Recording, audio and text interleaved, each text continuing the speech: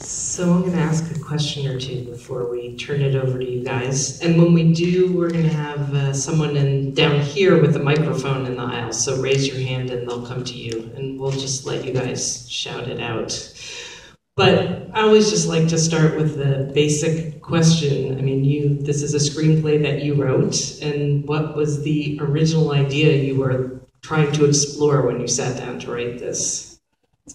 Well, I wanted to make a film about an orgy.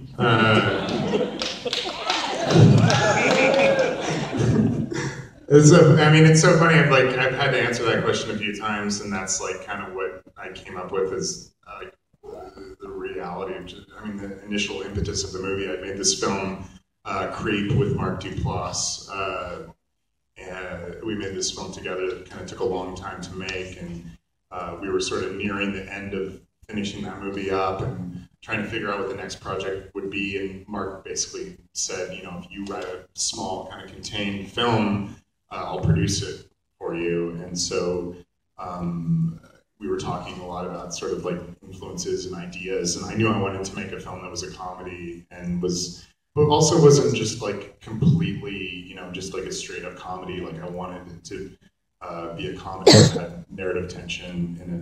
I was thinking about movies like After Hours and like Adventures in Babysitting and stuff like that, where there's like this kind of, yeah, Elizabeth Shue. But those are movies that I remember like growing up really loving, and part of the reasons why I love them is because not only were you like sort of descending into the night, like discovering all this crazy shit that was going on alongside the characters, you actually cared about what was happening while it was going on. And also, I wanted to make a movie about sex that didn't turn the characters themselves into sex objects. I wanted it to, so hopefully, I wanted it to have all this ridiculous stuff in it, but that I thought was funny. But I also wanted it to, feel grounded on some level. That was my approach, right? You have a fantastic cast, and I'm wondering if you could talk a little bit about, even just approaching them with the concept, because I'm guessing you didn't say, like, I made a film about an orgy, would you like to be in it? And, if there was any back and forth about what they were willing to do, or if everyone was just in it from the beginning. Yeah, no, everyone that we initially brought the script to said, all these four actors said yes. And it helped that I was coming to them with like, Mark indie, man of the hour, Mark Duplass. They wanted to work with him, but also was, they each responded to the script in different ways, and each responded to the idea of how we were going to make this movie. On the page, the script reads like a broad comedy. You see these like super broad gags that you'd see in like a bigger like comedy. Going into it, I would explain to each of the actors as I gave them the script that I want this to feel real. I want this to, or as real as it possibly can. I want this in the way that we're shooting it, in the performance style, to feel like, as grounded in reality as possible. And that's just, was a consideration that came from only having a certain amount of money and a certain amount of time to make this movie. So I knew we were going to have to shoot it quick. So we went with the handheld camera aesthetic, but also we wanted to be very deliberate with our shot choices. In the way we lit it, we lit it with only practical lighting for the most part. Like we had special light bulbs in all the lamps and everything, so that we could quickly move from setup to setup as we were filming it. And we shot it in 12 days, so it was just kind of like a really fast whirlwind. Most of it at a single location, but yeah, it was fun. So, they're all fantastic, but since we're an international film festival, I just wanted to ask in particular about Judith Godrèche, because, our audiences have seen her in, like, films of Olivier Assayas and Jacques Doyon, and so I'm just wondering how she came to be part of your cast. Yeah, no, she had actually been, like, stalking Mark. She contacted him. So Judith, she was in Ridicule, she was in L'Auberge Espagnole, she's been in a few films that have made it to the US. but she's primarily kind of known in France as this like she's in like big French comedies that are made for French markets that don't really make it out this way. And so I think she was just kind of tired of doing that stuff and was wanting to make films in America. And so she contacted Mark. She really responded to his other stuff. And I had actually written a role for like a sexy French mom already. And you know, we put two and two together and sent her the script, and she just flipped for it. She moved to America to be in this movie. Into my house, actually. It was, I mean, which is like a lot of pressure, you know, to have someone really care so much, but she was like a great supporter of this movie from the get-go, and she's just such a trip and so much fun. I'm so glad she ended up doing it. All right, it's your turn, so raise your hands, and Mike will be coming towards you. There's one towards the back. Shout out. Say every story right. What kernel of truth from your own life is in this story? I'm obsessed with sex. No, I don't know.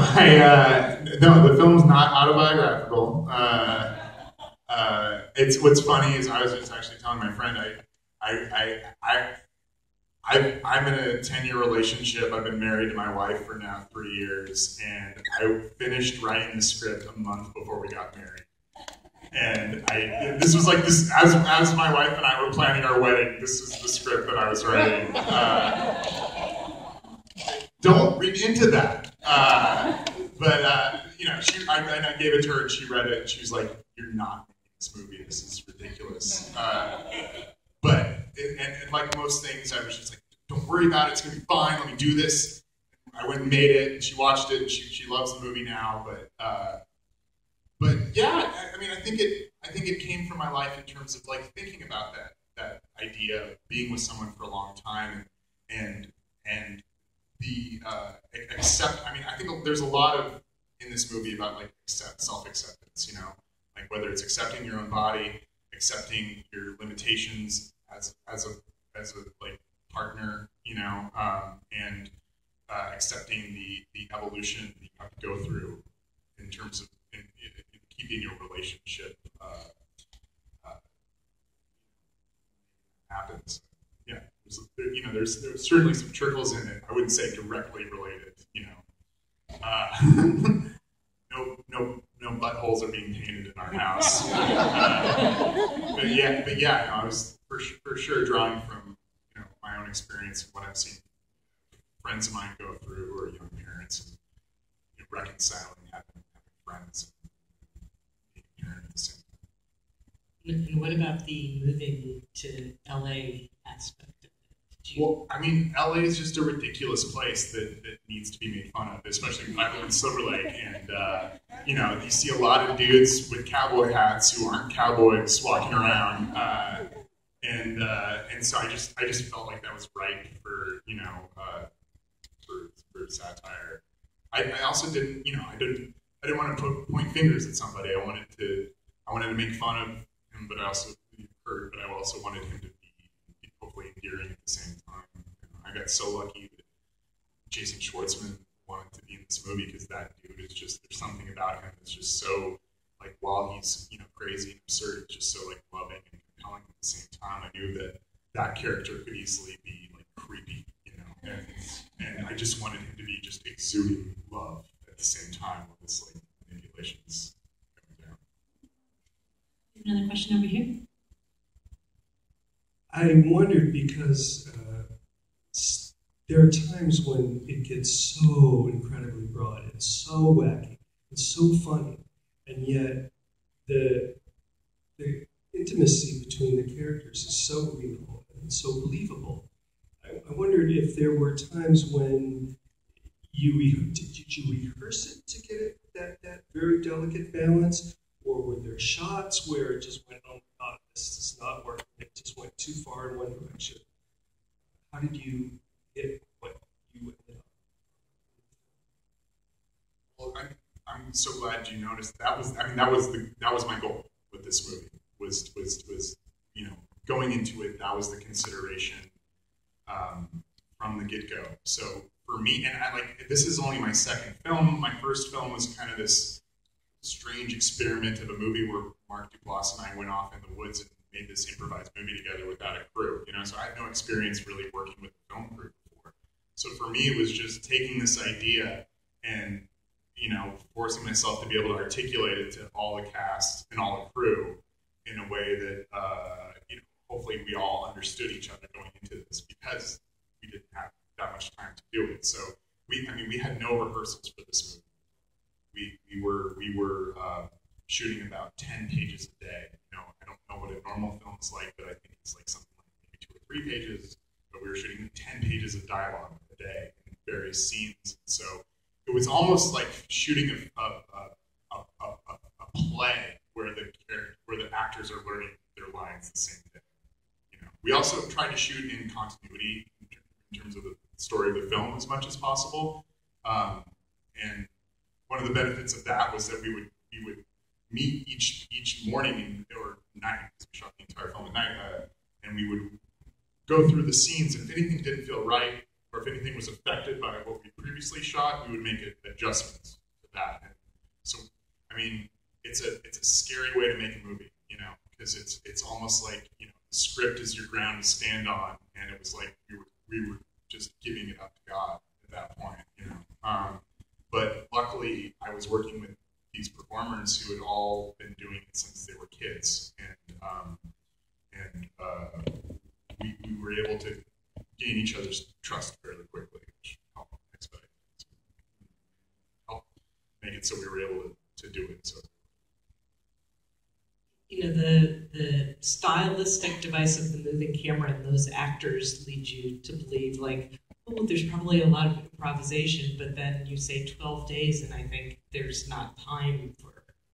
Yeah, no, there's definitely improv in the movie. It's just, there's not improv like in other, I don't know, like, you know, the more like cases where like mumblecore movies or improvised movies, you know, where the characters really are, or the actors are really encouraged to improv throughout the film. You know, I felt like my job, because we had this full script, because, you know, we had this sort of roadmap as to where we were going. I went into it letting them know that if a line came to you, or if something felt right, whatever feels emotionally right in the moment, and really try to just create as like calm and forgiving of an environment as possible.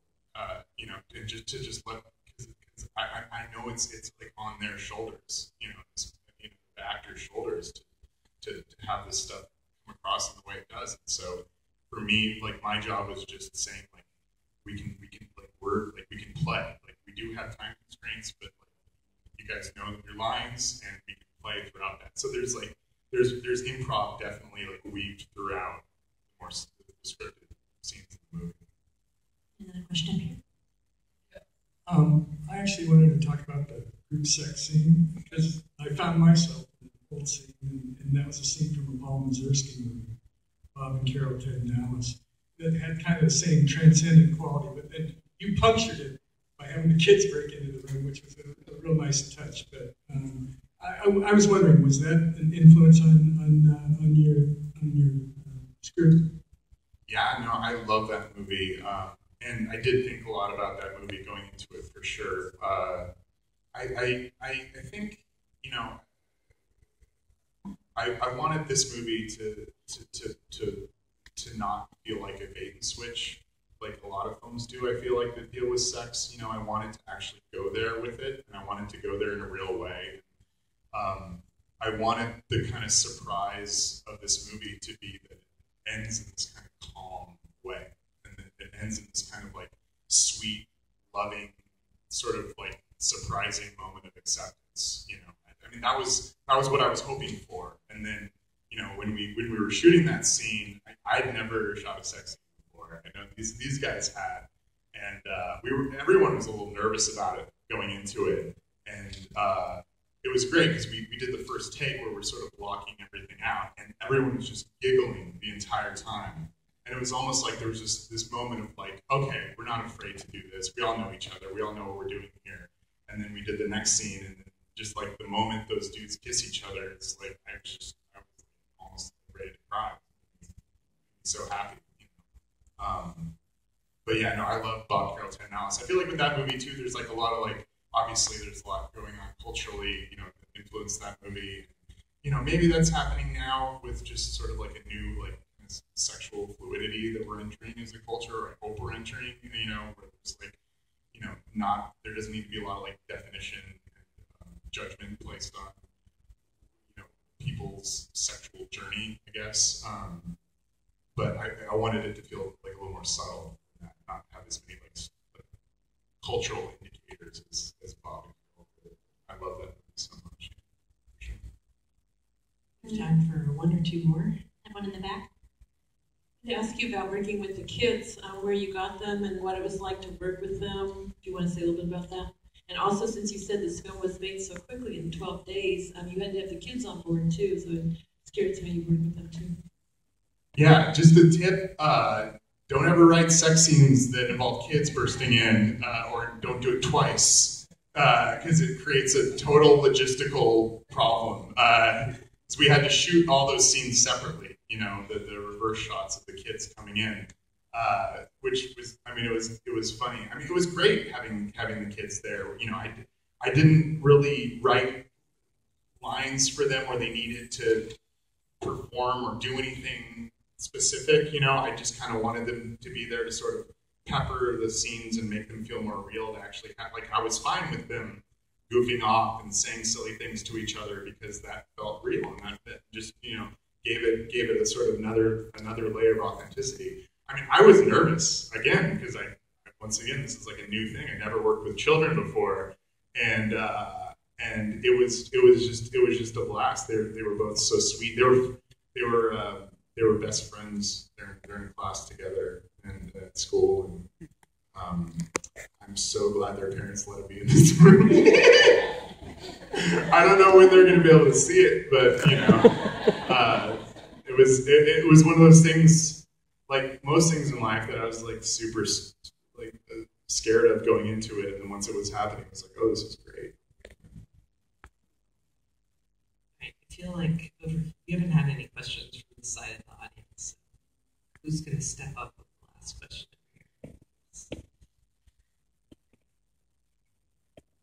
So, did you have a special art director for the kind of like sourcing and creation of the two real stars of this movie, the prosthesis? Or did you just source that in-house? Oh, I thought you were going to talk about the paintings. Tell us about the process of getting actors fitted and. So going into this, I knew, one of the things I wanted going into this, I knew I wanted just like an obscene amount of male nudity in this movie. I'm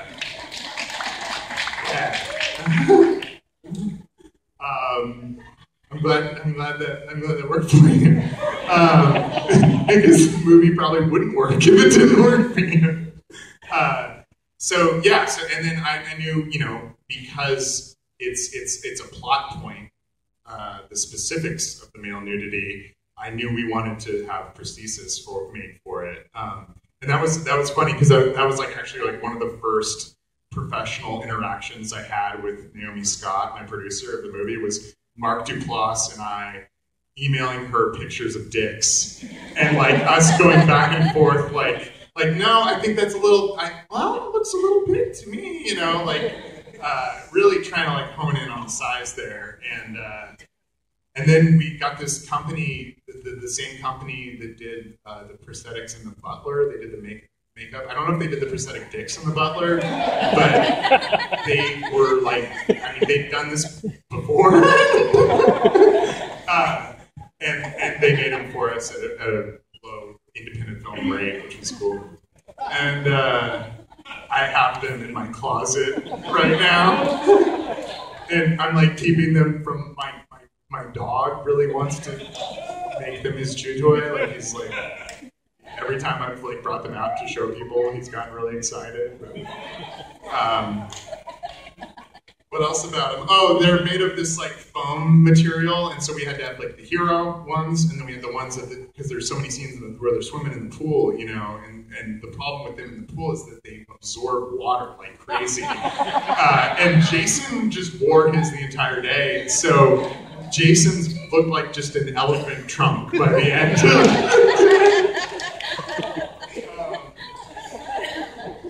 Yeah. And then the paintings, that was our art director, production designer, Teresa Gulasarian. She had hired a dude to paint them all, and he fell through at the last minute. So she had to paint something like 20 or 30 paintings of buttholes the night before we started shooting. And she was texting me photos and just saying, I would only do this for you. And those are in my closet too. So hopefully I'll be able to break them out sometime. Well, I'm sorry we forgot to ask for questions from the balcony, but Dicks and Butthole seems like the appropriate place to end. Thank you guys so much.